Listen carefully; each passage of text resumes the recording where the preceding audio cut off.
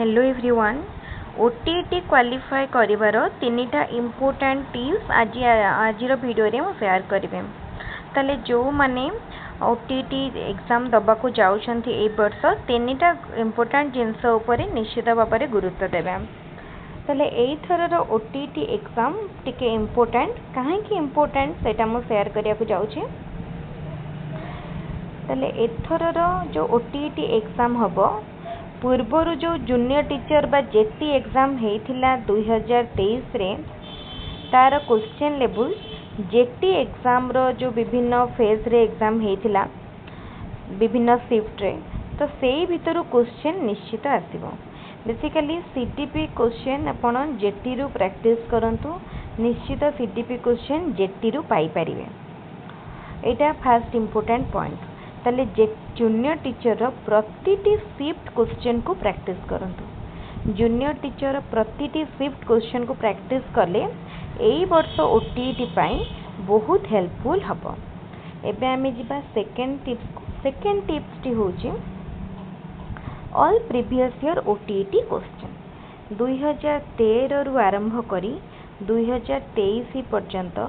सबु previous year question को practice करिनियंतु निश्चित भाव में ओटीटी एग्जाम सहजरे क्वालिफाई करि परिबे काना ओटीटी एग्जाम रे ही maximum question previous year question सब रिपीट हुए।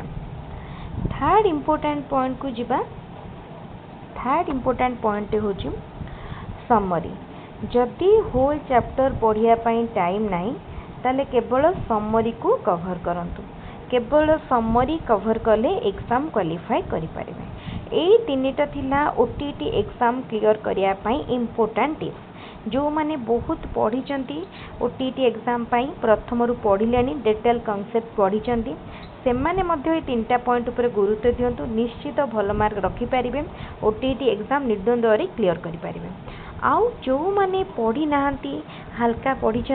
एबे पढ़िए बोली भाबुछंती तो से माने कौन करंतु एई तीनिटा पॉइंट ऊपर ही गुरुत्व दियंतु एई तीनिटा पॉइंट जो को डिस्कशन करले ताकू ही केवल क्लियर करंतु निश्चित भाव में ओटीटी एग्जाम क्वालिफाई करि परिबे। ताले ओटीटी एग्जाम रो ए जो इम्पोर्टेंट टिप्स आमे शेयर कले क्वालिफाई करिवार निश्चित भाव में आपनकर जो सांग मैंने आपनकर ओटीटी एग्जाम दबा को जाउछंती सेमानक सहित ई वीडियोटी को शेयर करंतु जेमती समस्ते ओटीटी एग्जाम क्लियर करि पारंतु काहे कि ओटीटी एग्जाम इम्पोर्टेंट कहना आगो को जेटी रिक्रुटमेंट आहुरी बाहरिया को जाउछ एबे हमर गवर्नमेंट चेंज होईची सब जिंस चेंज हबो बहुत वैकेंसी एबे भी रहिची ताहुरी फिलअप हबो तो 72,000 वैकेंसी थिला तो से सब को फेज वाइज फिलअप करा जबो तेने ओटीटी एग्जाम जदि क्वालिफाई करिथिबे ताहाले जूनियर टीचर बाहरिले निश्चित भाव में देई परिबे तेने ओटीटी एग्जाम एबे ही क्वालिफाई करनियंतु आगो को एग्जाम रो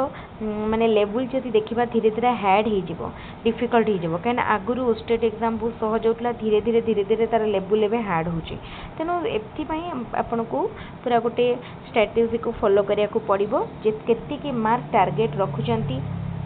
कैटेगरी बेसिस रे केति की रहउची सेटा को देखिकी क्वालिफाई पाई स्ट्रेटजी बने की पढ़ंतु बेकार बहुत गुडा पढ़ुतिबे किंतु जोटा की तार एग्जाम पाई किछि रिलेवेंस नथिबो तो सेई सब जिंस पढ़ंतुनी जते की जिंस रो रिक्वायरमेंट अछि सेते की जिंस ऊपर अधिक फोकस करंतु ताहले निश्चित भाव में ओटीटी एग्जाम क्वालिफाई करि परिबे। ताले हमरो वीडियोटी जदि भल लागुची ताले हम यूट्यूब चैनल को सब्सक्राइब करंतु वीडियोटी को लाइक करंतु सांगमान संगे वीडियोटी को शेयर करंतु ता सहित Telegram channel link description box रे दिया जाइए टेलीग्राम रे जॉइन करी free notes and PDF collect करंतु। ताले आज वीडियो को रखिबा थैंक यू पुणी आ गोटे वीडियो रे इंपोर्टेंट कंटेंट डिस्कशन करबा थैंक यू।